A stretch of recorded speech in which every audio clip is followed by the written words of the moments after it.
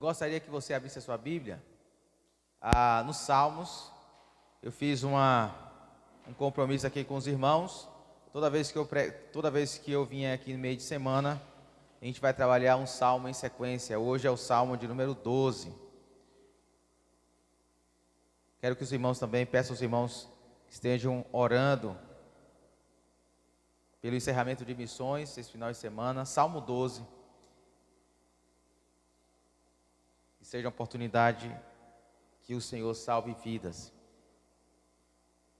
Em relação ao culto de evangelístico, amanhã, a irmã Eliene, junto com o pastor Valdélio, colocará se haverá ou não no grupo, né? Avisará direitinho, a depender do clima, né? Então, Salmo 12. Amém? Salmo com 8 versículos, Salmo de Davi. Verso 1: Salva-nos, Senhor, já não há quem seja fiel, já não se confia em ninguém entre os homens, cada um mente ao seu próximo, seus lábios bajuladores falam com segundas intenções.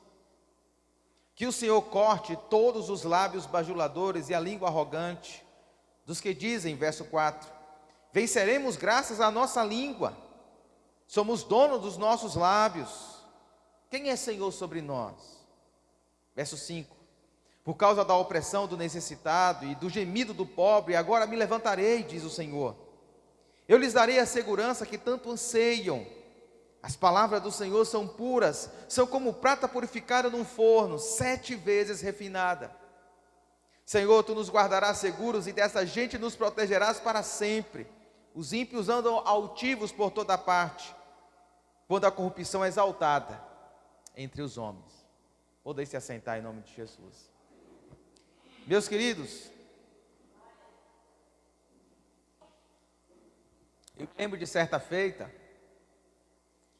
estava eu e Rita na cidade de Salvador, e nós estávamos no trânsito complicado, parado no semáforo, cheio, um engarrafamento, e de repente, um jovem bate na janela do carro e me oferece um produto. Aqueles objetos que a gente coloca no carro para ser suporte de celular. Eu estava precisando de um, e eu fiquei atraído por aquele objeto, mas ao mesmo tempo com receio de que aquilo fosse uma enganação, alguma coisa estivesse errada com aquele objeto. Então eu tive um pouco de resistência, e ele foi insistindo, argumentando sobre as qualidades, sobre os usos que eu poderia ter com aquele objeto, e então eu resolvi comprar. Comprei. Quando eu cheguei no hotel, no quarto do hotel, verifiquei que, num lugar bem escondido, o objeto estava quebrado. E eu não pude usar aquele objeto. E eu cheguei para a Rita e falei assim, fui enganado. Fui passado para trás. Fui alvo de uma fake news. Isso já aconteceu com você também? De você comprar um objeto e você ser enganado? De você, em algum relacionamento, ser alvo de infidelidade, de calúnias, de mentira? Você já teve uma experiência, talvez no seu ambiente de trabalho, na escola, onde as pessoas falaram de você, mancharam a sua honra, onde você foi alvo de mentira, falaram acerca de você algo que você não fez? Você já foi alvo disso? E o que vem no nosso coração? Uma grande indignação. Nós não gostamos de ser traídos. Nós não gostamos que a nossa honra, a nossa imagem seja manchada por quem quer que seja. Não gostamos de ser alvo de calúnias. Não gostamos de pessoas que nos bajulam na nossa frente e por trás tentam sabotar a nossa imagem. Nós não gostamos. Agora a pergunta que eu faço para os irmãos é: você já foi vítima, mas você já também atuou com alguém que fez isso com outra pessoa? Você alguma vez levantou alguma calúnia contra alguém? Alguma vez você mentiu? Todos nós, em algum momento ou outro, nós entramos na ciranda da mentira. De uma forma ou outra, nós entramos na ciranda da bajulação, do fake news. Davi também está numa cultura onde ele olha para a sua sociedade e o que ele vê é gente caluniadora, bajuladora. Uma sociedade marcada pela mentira. O salmista Davi, no Salmo 12, ele está orando e ele está sendo alvo de pessoas que estão levantando calúnia contra ele, difamando a sua honra, tramando contra ele. Talvez, quem sabe, aqui o Salmo a gente não pode garantir, afirmar categoricamente o contexto histórico que está por trás dessa oração, mas eu fico pensando, e muitos estudiosos desse Salmo afirmam isso, que por trás dessas palavras está aquele episódio, aquele contexto histórico em que Saul está perseguindo Davi, e você lembra muito bem da história, que Saul começa a inventar inverdades contra Davi. Saul começa a dizer que Davi está tentando sabotar o trono dele, tomar o trono dele, usurpar o lugar de Saul. Talvez, quem sabe, Davi, como escudeiro de Saul, como ele era, um homem de maior confiança do reinado de Saul, porque o escudeiro era um homem de confiança. Talvez pessoas ao redor da corte de Saul começaram a sabotar a imagem de Davi para Saul, nos bastidores, dizendo: olha, está vendo o teu escudeiro Davi? Está vendo ele? Ele vai tomar o teu trono. Se você não abrir o olho, Saul, ele vai roubar o teu lugar. Ele vai tomar o poder de você. Pessoas que talvez na frente do rei Davi diziam: olha como você é um homem de Deus, olha como você é um guerreiro valente, mas por trás, nos bastidores, nas escondidas, estavam minando a imagem de Davi para o rei Saul, fazendo com que o rei Saul iniciasse uma perseguição feroz e injustificada contra Davi.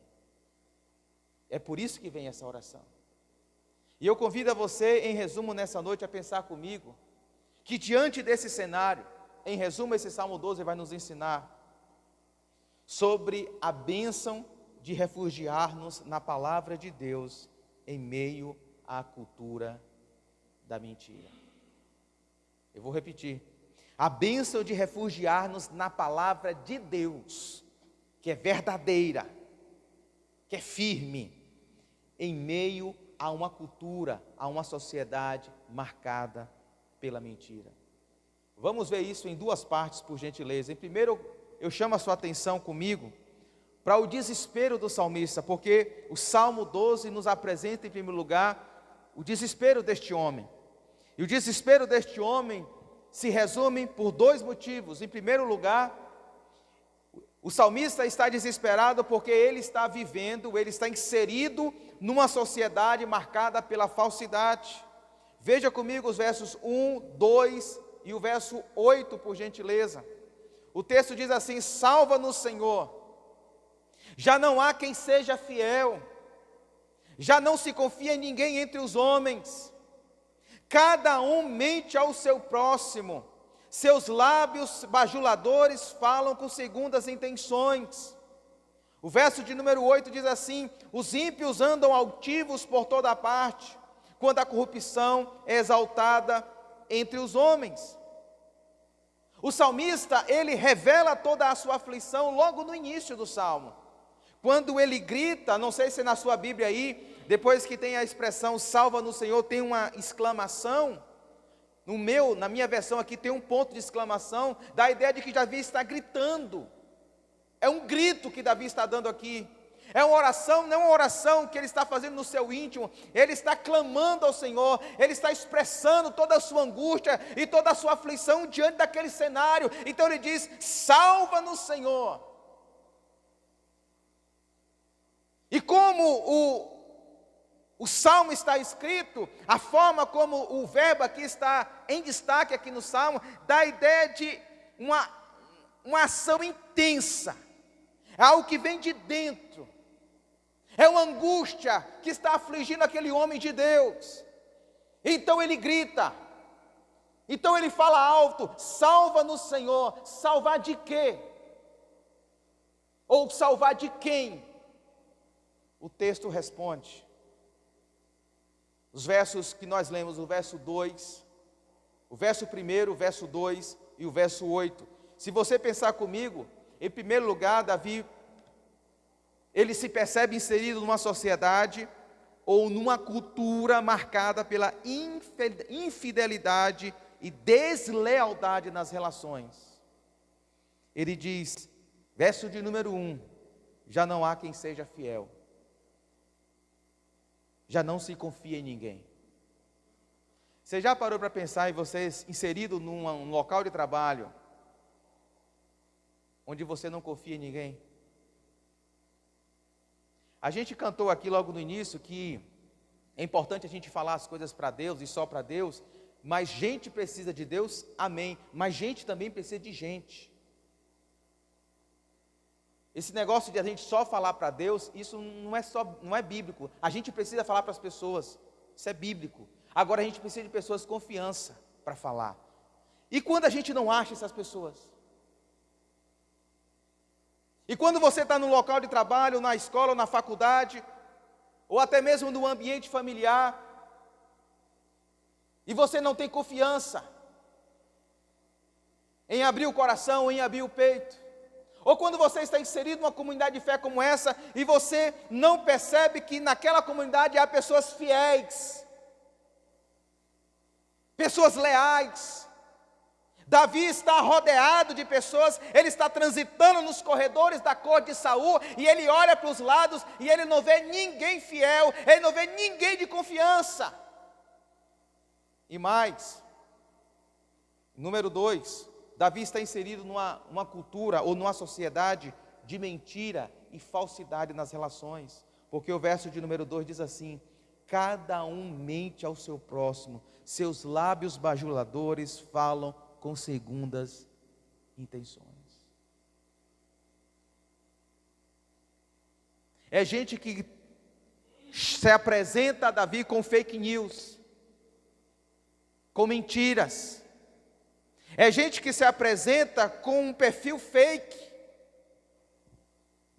não mostra as caras, não mostra para que veio, vem com palavras bajuladoras, talvez, quem sabe, elogiando Davi, elogiando a bravura dele, elogiando a sua destreza para a guerra, e na frente de Davi traz todos os elogios, bajulando, elogiando, cortejando, mas nos bastidores está tramando contra ele, e ele está inserido nesse contexto, queridos. Terceiro lugar, Davi está inserido numa sociedade ou numa cultura onde as pessoas demonstram orgulho e corrupção nas relações. O verso 8 diz assim, versos 4 e versos 8 diz assim: dos que dizem, venceremos graças à nossa língua, somos dono dos nossos lábios, quem é Senhor sobre nós? É uma pergunta retórica, que na concepção desses mentirosos, falsos, que Davi está inserido, ninguém é Senhor sobre eles, ninguém manda neles, ninguém está sobre eles. E aí o verso 8 diz assim: os ímpios andam altivos por toda a parte, quando a corrupção é exaltada entre os homens. É nesse contexto que Davi está inserido. É nesse contexto que Davi está imerso. E quando eu estava estudando esse salmo, me veio à mente a frase de um pastor batista, um inglês, que viveu há algum tempo atrás, chamado Charles Spurgeon. Charles Spurgeon disse certa feita: é melhor estar entre leões do que estar entre mentirosos.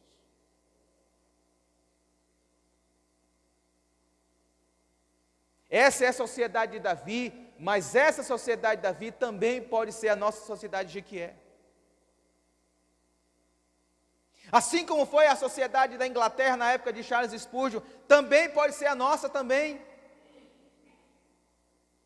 Quando olhamos para a nossa cidade de Jequié, quando olhamos para o nosso estado da Bahia, quando olhamos para o Brasil, nós podemos perceber nitidamente, não precisa ser profeta para saber disso, que nós estamos inseridos numa cultura, numa sociedade da mentira, da fake news, de relações fakes, de desconfiança, de insegurança nas relações. A gente pode olhar, por exemplo, essa infidelidade adentrando nas famílias. Uma pesquisa feita pelo G1, constatou que 50% dos homens, 50 a cada 2 homens, 1 já traiu a sua esposa. Nós percebemos que a traição, a falsidade tem entrado nas famílias. Quando nós olhamos, por exemplo, no nosso ambiente de trabalho, quantas e quantas pessoas para subirem no ambiente de trabalho, para galgarem uma posição melhor no ambiente de trabalho, elas sobem, mas elas sobem pisando nos outros, elas sobem, mas sobem puxando o tapete do colega. São fofocas, maledicência, mentiras, que transitam nos corredores das nossas repartições, do comércio, da indústria, no nosso local de trabalho. Nós estamos inseridos nessa sociedade. Pense comigo, queridos, no ambiente político, será que isso não tem lá? Pense comigo nas pessoas que trabalham dentro desse contexto da política. Há muita maledicência, há muita fake news, há muita fofoca, há muita bajulação, há muita tentativa de sabotar o outro. Essa é a sociedade que nós estamos inseridos. Essa sociedade não está apenas em Israel, na época de Davi. Ela também pode ser identificada com Jequié. Mas por que Davi ora também? Ele ora não somente porque ele está inserido nesse contexto e isso traz aflição para ele, mas ele ora também por conta das suas limitações, porque diante de todo esse caos social, ele se vê pequeno e limitado. No verso de número 1 e 5, diz assim, logo no início diz, salva-nos Senhor, e aí Davi no verso 5 diz, o porquê desse clamor por salvação. Por causa da opressão do necessitado e do gemido do pobre, agora me levantarei, diz o Senhor. Por que Deus, no verso 5, responde a Davi que vai se levantar em favor daquele que ora, daquele que clama? Por quê? Porque aquele que ora e aquele que clama, diz o texto, ele é um necessitado. Ele é um pobre, que geme, que é limitado para deparar, para resolver, para viver a sua fé diante desse mundo, queridos. Como é que a gente pode viver a nossa fé inserido nesse contexto tão pernicioso, tão venenoso, tão cheio de mentiras? Como é que a gente pode ainda manter a nossa fé e a nossa convicção em Deus diante desse contexto de falsidade, de bajulações? Nós somos limitados e nós não temos condição nenhuma por nós mesmos de segurar, de nos manter firmes. Diante desse contexto, nós precisamos do Senhor. E aí, muitas pessoas dão duas respostas muito equivocadas diante dessas limitações. Primeiro, tem pessoas que viram cínicas. Diante desse caos, elas começam a se tornar indiferentes. Pessoas que se tornam indiferentes, pessoas que se calam. Diante desse cenário, pessoas, não, isso não é problema meu, e se afastam. É a resposta da indiferença. Outra resposta também equivocada e disfuncional é a resposta da assimilação. Diante desse cenário, nós somos tentados a absorvermos essa cultura da mentira. E se a gente não tomar cuidado como povo de Deus, nós começamos a reproduzir essa cultura da mentira no nosso casamento, na relação com os nossos filhos, na relação com os nossos pais. Nós começamos a reproduzir essa cultura da mentira no nosso ambiente de trabalho. Nós começamos a reproduzir essa cultura da mentira na nossa comunidade de fé. Nós começamos a reproduzir essa cultura da mentira na nossa relação com Deus. Porque conscientemente ou não, a gente começa a achar que a gente consegue enganar a Deus. Davi não opta por nenhuma dessas respostas. Davi, ele decide orar. Ele não se torna cínico, indiferente, ele não fecha os olhos para o que está acontecendo, e nem por outro lado ele absorve essa cultura da mentira. Ele bota o joelho no chão e ele vai orar ao Senhor, porque é Deus que pode intervir na vida do seu povo, é Deus que intervém na vida da sua igreja, é Deus que intervém na vida de um homem, de uma mulher, que confia, que depende e que espera na providência de Deus.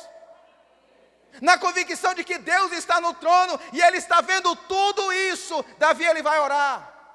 Davi, ele vai clamar. E ele vai orar ao Deus Todo-Poderoso, que é juiz, que é reto, que todas as coisas estão patentes diante dos seus olhos, que todas as tramas, que toda a orquestração do mal, que toda mentira, que toda bajulação diante da face desse Deus Todo-Poderoso, Onipotente, cai por terra, porque Ele é Senhor.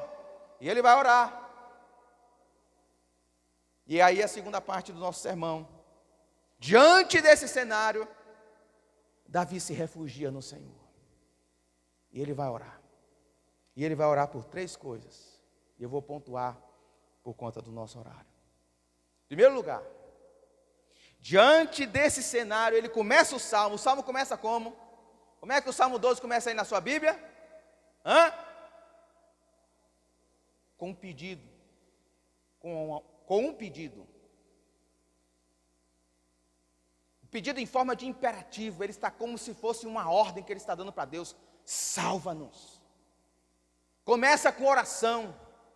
Começa com clamor, salva-nos.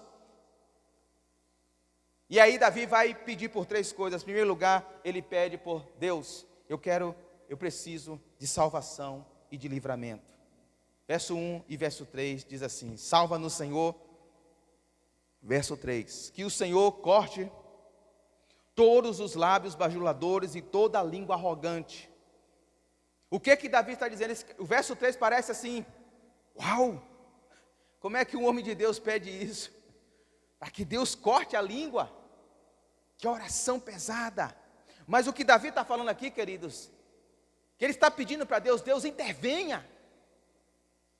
Eu não quero agir por conta própria.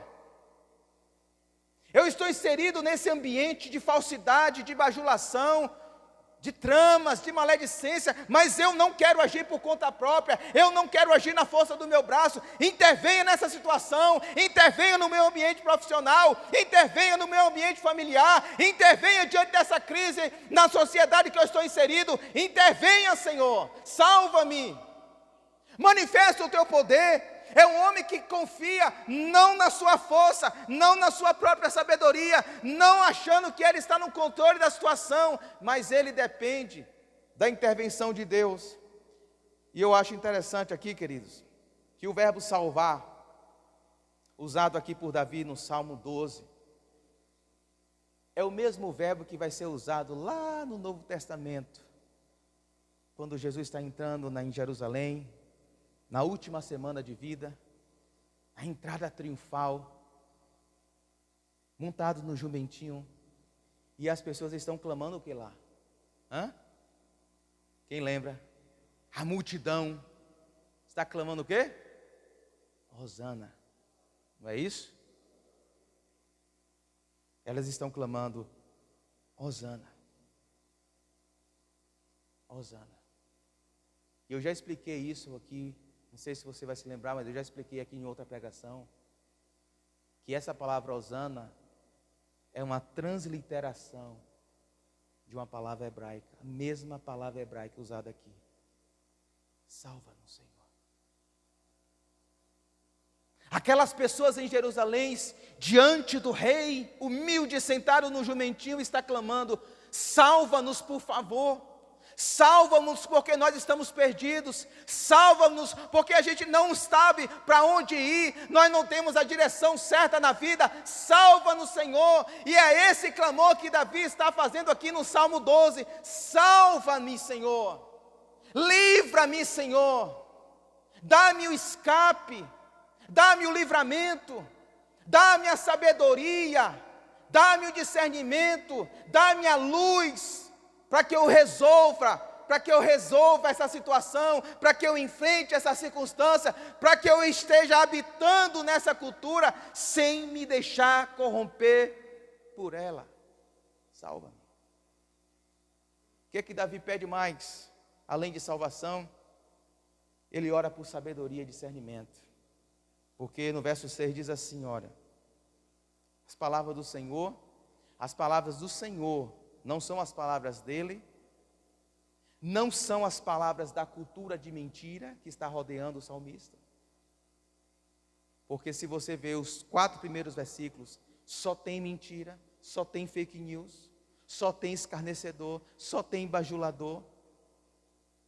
As palavras do Senhor, verso 6, são puras, são como prata purificada no forno 7 vezes. Refinada. Esse homem está dizendo que a palavra do Senhor é a nossa única fonte de sabedoria para vivermos numa cultura de mentira. Se a gente não nos absorvermos na palavra, se a gente não lidarmos com a situação pela palavra, se a gente não lidar no ambiente profissional, com as intrigas, com as tramas, nos bastidores, se a gente não lidar com essas circunstâncias baseados, fundamentados na palavra, a gente vai deslizar, a gente vai perder a nossa fé, a gente vai começar a azedar a nossa alma diante de tantas palavras venenosas que vêm até nós. Se a gente não estiver fundamentado na palavra, a gente não subsiste na cultura da mentira, queridos. Se a gente não estiver cheio da palavra, a nossa fé vai ser esvaziada, a nossa fé vai ser enfraquecida diante dessa cultura da mentira. Nós precisamos nos depurar, nós precisamos nos encher, nós precisamos nos fundamentar na palavra do Senhor, que é pura. Não tem mentira na palavra do Senhor, não tem verdades na palavra do Senhor, ela é pura, ela não tem mancha, ela não tem defeito, ela é pura, ela é refinada mais do que a prata, 7 vezes no cadinho, 7 vezes na fornalha. Não tem elementos mentirosos, fakes na palavra do Senhor. Ele é a verdade, o nosso Deus é verdadeiro, louvado seja o Senhor. O salmista está dizendo o seguinte: não importa se eu estou inserido numa cultura marcada pela mentira, eu quero é a tua palavra, eu quero ser cheio da tua palavra, eu quero ter sabedoria e discernimento. O Salmo 19, que é um salmo que exalta a palavra do Senhor, diz: a lei do Senhor é perfeita e revigora a alma. Os testemunhos do Senhor são dignos de confiança e tornam sábios os inexperientes. Os preceitos do Senhor são justos e dão alegria ao coração. Os mandamentos do Senhor são límpidos e trazem luz aos olhos. O temor do Senhor é puro e dura para sempre. As ordenanças do Senhor são verdadeiras, são todas elas justas. São mais desejáveis do que o ouro puro. São mais doces do que o mel, do que as gotas do favo. Por elas o teu servo é advertido. A grande recompensa em obedecer-lhes. Essa é a palavra do Senhor. E essa é a palavra do Senhor que o salmista quer para ele. E por último, o salmista ora por salvação, o salmista ora por sabedoria, discernimento, e ele ora em terceiro lugar por segurança e proteção. Porque se você já percebeu aqui no texto, esse vai ser o primeiro salmo, nós já estamos no 12. Até o 12, esse vai ser o primeiro salmo em que o salmista vai orar e durante a oração Deus responde. Porque o verso que a gente vai ler é uma resposta do Senhor para ele. Veja comigo, verso 5, diz assim: por causa da opressão do necessitado e do gemido do pobre, agora me levantarei. Diz quem? Diz o Senhor. Enquanto o salmista está orando, Deus fala com ele. E aqui, abrindo um parêntese, é isso que é oração. A oração não é apenas a gente falar com Deus, falar para Deus, despejar para Deus. Oração, acima de tudo, é a gente ouvir a Deus e ser moldado pela voz de Deus. Ele ouve a Deus, Deus fala com ele, e ele percebe, ele capta a voz do Senhor. E aí o Senhor ainda responde para ele: eu lhes darei a segurança que tanto anseiam, verso 6. E o verso 7 diz ainda: Senhor, Tu nos guardarás seguros, e dessa gente nos protegerás para sempre. O salmista está dizendo que Deus não vai tirá-lo da cultura da mentira, Deus não vai tirá-lo da sociedade da falsidade,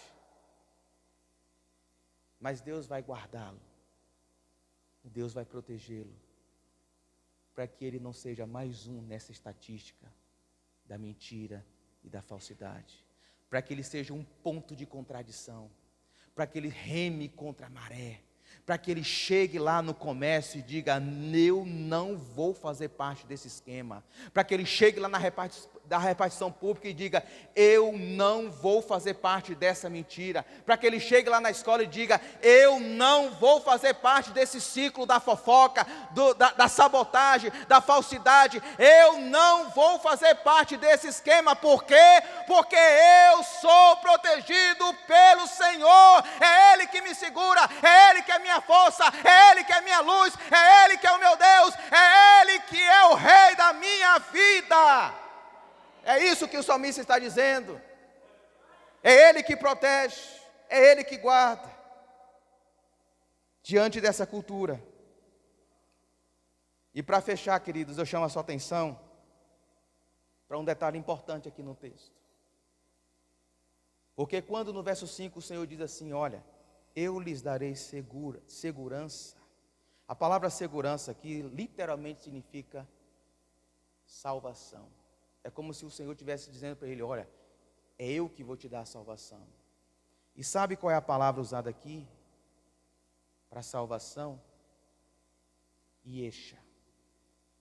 Da onde vem a palavra Yeshua. Há um homem que vai entrar na história,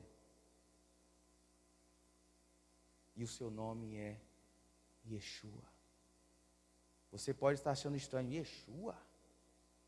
Era assim que Maria chamava Jesus. Era o nome hebraico de Jesus.